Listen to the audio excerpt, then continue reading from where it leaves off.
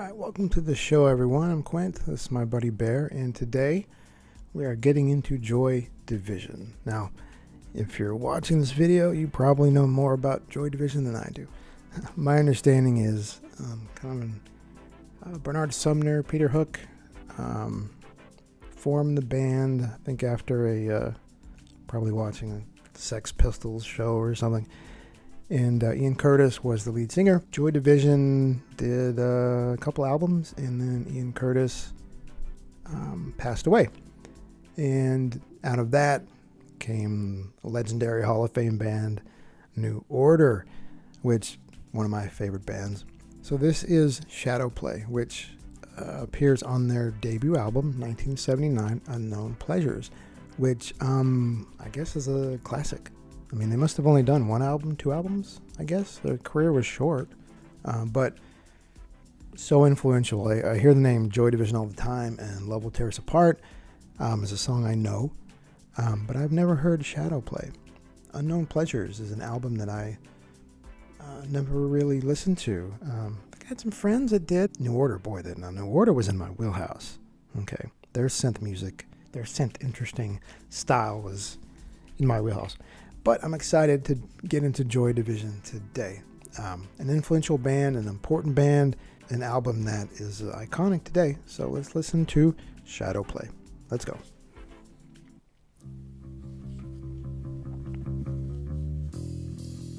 I already hear the New Order bass line.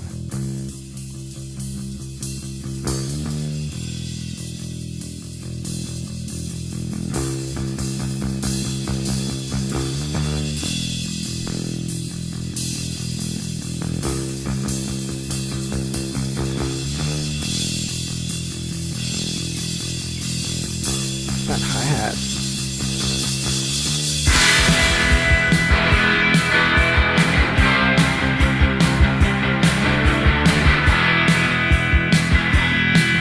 To the center of the city where a road's being waiting for you.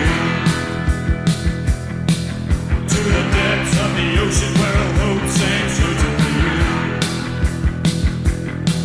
I was moving through the silence without motion, waiting for you.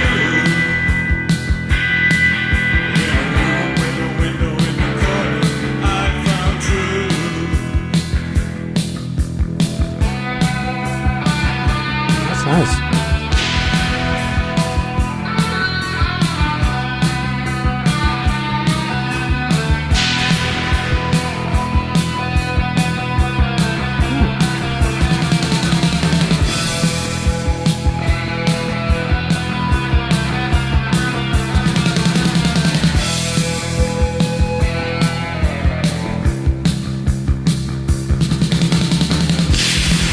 Oh, what a drive and crash. In the shadow play, acting out your own death, knowing no more.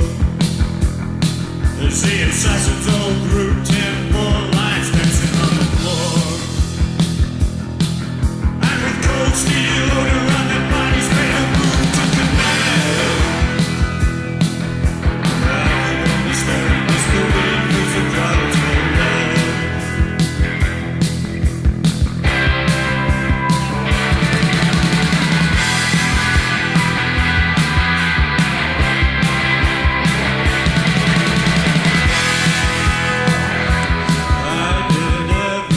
Goes hard. Everything I wanted to, I let them use you for their own ends. To the center of the city in the night, waiting for you. To the center of the city in the night, waiting for you. So good.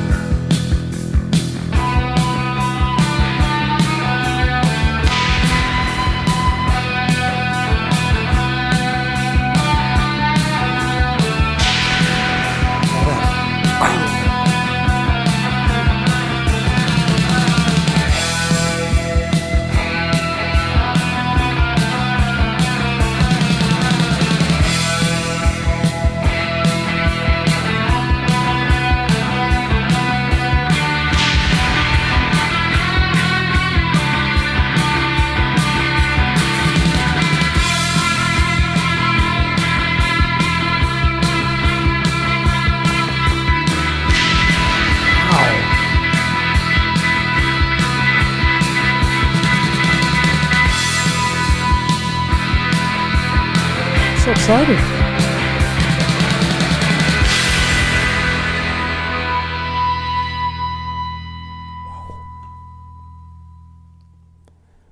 Wow. Okay. Let me fix my mic here. That was really surprising. It's like guitar heavy and an advanced alternative sound. What the heck? That was an experience. Ian Curtis, his voice, not my favorite. Okay, the instrumentation and the drive through that and the crashes, and that happens over and over again. Just amazing. And it's like Peter Gunn or something like that, like an Art of Noise kind of thing. Way ahead of its time. Okay, even if Ian Curtis doesn't have the favorite voice I've ever heard. Kind of reminds me of like the Sisters of Mercy dude. The delivery really monotone, I don't know. I think the delivery, some people might say, is in line with the music. For me, it was a little bit off step. I will say this. Ian Curtis has an interesting voice. I don't know really if it fit in the context of this amazing song Shadowplay, with the crashes and the driving guitar and the drums. Like the drum fill was like over and over, and it was paced so interestingly. Very advanced sound. So you went from listening to the Sex Pistols to forming your own band, and this was kind of your artistic expression. Fabulous. I mean, we're talking way ahead of its time. Yeah, give it up for Joy Division. It all really meshes and works really well. I can see where they would have been dangerous if Ian had not passed in their career trajectory. Masterful. They would have been dangerously awesome.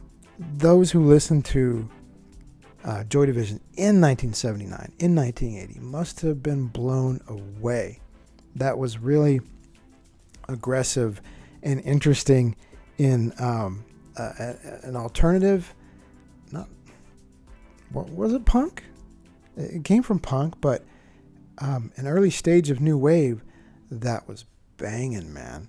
The transition from punk, that I talk about a lot, from punk into a new wave sound that would add electronic elements later, is it's just an interesting journey. Like the moment in time that was in England, the amount of bands and the creative elements they had, amazing. It's interesting how the Sex Pistols, regardless of the type of band that all these artists would end up becoming, it's like the Sex Pistols influenced all of them. Punk influenced all of them, much less like the Clash and stuff. It just seems like there was such an artistic community of musicians, I guess, David Bowie also. There are elements that, Duran Duran and Tears for Fears and, all these creative UK bands that just had, I guess, if you had Pink Floyd and Led Zeppelin and Sex Pistols and David Bowie, and the Clash, and you had all these legends to like pull from. No wonder that the early 80s to mid 80s were just an explosion of creative elements, legendary bands, new wave into pop, into electronic music, early indie. That was just, I don't know, has there ever been a more creative time in music history? Really? UK, late 70s, early 80s? I don't think so, because I keep going back to it over and over again with these bands, and they're not just sort of okay, they're like legends, like with Vince Clarke and OMD, Kraftwerk, a German band who, they're building synths and they're developing the sound of punk, and new wave is meshing it all together, and they would create the best music I've ever heard in my life. Period. That had just, I put a stamp on that as definitely one of the best times in the history of music. Period. No question about it. Joy Division. Joy Division, man. Holy cow. Vibe check on that. Amazing. Absolutely amazing. All right. Thanks for joining me today. I'm going to do more. Wow. Ian Curtis and the band. Bernard Sumner, Peter Hook. Wow. Legendary musicians. What a sound they had for 1979. We have some new order up on the channel. Check it out. Check out the channel in general. I think we have some pretty good, interesting videos and artists on the channel. So thank you for joining me today. I really appreciate it. And we will see you again next time. Thank you. Bye.